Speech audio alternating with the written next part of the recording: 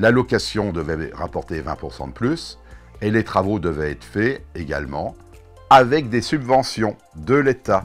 Et oui, parce que quand on fait des travaux pour les louer, on a droit à des subventions pour l'amélioration de l'habitat, à condition que l'on loue pendant une période de 9 ans. Donc j'ai mis tout ça au point, et j'ai mis au point une technique également d'emprunt qui me permettait d'emprunter jusqu'à 120% et de me laisser même un bénéfice sur l'emprunt que j'empruntais. Alors on dit souvent que les banques c'est très compliqué, c'est un cheval de garantie pour une alouette de crédit, hein, c'est l'expression, et les banques font peur, parce que quand on n'a pas le bon dossier, on n'a pas le bon revenu, on n'a pas la bonne fiche de paye, on n'a pas les bons impôts, on se dit on ne va jamais pouvoir emprunter, donc comment est-ce que tu as fait pour être l'ami des banquiers? C'est plutôt les banques qui avaient peur de moi au final, parce que j'ai amené un dossier vraiment bien fait. Un dossier bien fait, qu'est-ce que c'est? C'est un dossier qui comprend un descriptif, un plan de situation, quelques photos et surtout un plan financier. C'est ce que je faisais et je m'étais dit, le banquier qui me reçoit est une personne qui reçoit des gens comme moi, également beaucoup dans la journée. Donc il faut que je sois le premier. Pour être le premier, comment faire? Eh bien, il faut qu'il puisse lire ce dossier en 3 minutes et non pas en une demi-heure.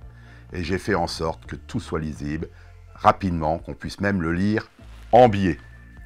Et arriver à la fin, à la somme qui disait temps emprunté, remboursement temps, temps loué, bénéfice temps.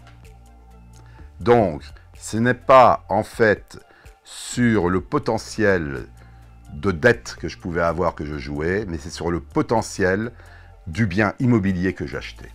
Avec naturellement à la fin, où je mettais une fois rénové, le bien avait pris 30% de plus-value. Et comme le bien était hypothéqué par les banques, ce qui veut dire mise en garantie, il n'y avait plus aucun risque de prêter. Donc mon taux d'endettement, peu importe le taux d'endettement, puisque le dossier était viable et que l'appartement acheté valait plus à la vente qu'à l'achat. Alors pour ça, il faut savoir acheter, et puis il faut savoir rénover. Et donc tu as des méthodes, comment est-ce que tu travailles? Absolument. J'ai mis au point une méthode totalement militaire pour ce qu'on appelle faire de la prospection d'immeubles. Je me suis dit, tout le monde passe par les agences immobilières. Je vais le faire également, mais je vais faire mieux. Je vais passer par d'autres systèmes que je mets au point. Par exemple, je me levais tôt le matin, j'allais voir tous les facteurs quand ils faisaient leur tournée, je leur donnais une carte de visite, je leur disais, si vous me trouvez un petit bien immobilier, parce qu'ils connaissent, je vous rémunère, je vous donnerai une petite rémunération. Tous les concierges d'immeubles également qui sortaient des poubelles. Je mettais des papiers dans toutes les boîtes aux lettres. Jeunes fonctionnaires, recherche appartement dans votre immeuble, paiement comptant chez notaire, et mon téléphone en gros.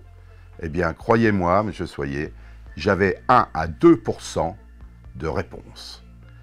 Donc, ce qu'il fallait faire et ce qu'il faut faire, le conseil que je donne, c'est qu'il faut partager sa vie, on va dire professionnelle de prospection, avec sa vie personnelle. Dans ce cas-là, il faut acheter un deuxième téléphone portable et quand celui-ci sonne, vous savez que c'est pour l'immobilier.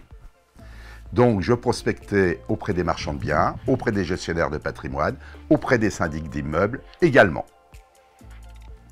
Voilà la technique. Et là, c'est une technique. Alors ça, c'est pour acheter. Et puis après, quand on entre dans un bien, il y a toujours des travaux avec un coût. Effectivement, donc tu as expliqué que tu as des aides. Mais est-ce que finalement, l'organisme étatique qui donne les aides, dit bah, celui-là, il nous demande toujours des gros dossiers, c'est toujours le même qui profite. Quelles sont tes relations avec l'administration? Pas de problème, car les aides sont faites systématiquement de logement en logement. Donc c'est un droit qui peut être acquis et on peut en présenter 10, 15, 20, pourvu qu'on respecte la réglementation. Tout est bon. Mais pour revenir sur les travaux, j'ai trouvé une technique, une bonne technique. Un jour, une entreprise s'est présentée à moi et le devis était trop cher. J'avais du temps de libre, je lui ai dit, mais écoutez monsieur, si je travaille pour vous comme ouvrier, est-ce que vous me faites le devis moins cher? Et comme j'avais une tête sympathique, l'entrepreneur m'a dit, c'est d'accord, ça va durer 1 mois et vous allez travailler et je vais vous apprendre. J'ai tout appris, la plomberie, l'électricité, le carrelage, le plâtre, l'enduit et j'ai surtout appris où acheter les matériaux en prix de gros. Si bien qu'ensuite, plus rien ne m'échappait. Quand on me faisait un devis, je savais s'il était trop cher ou s'il était raisonnable.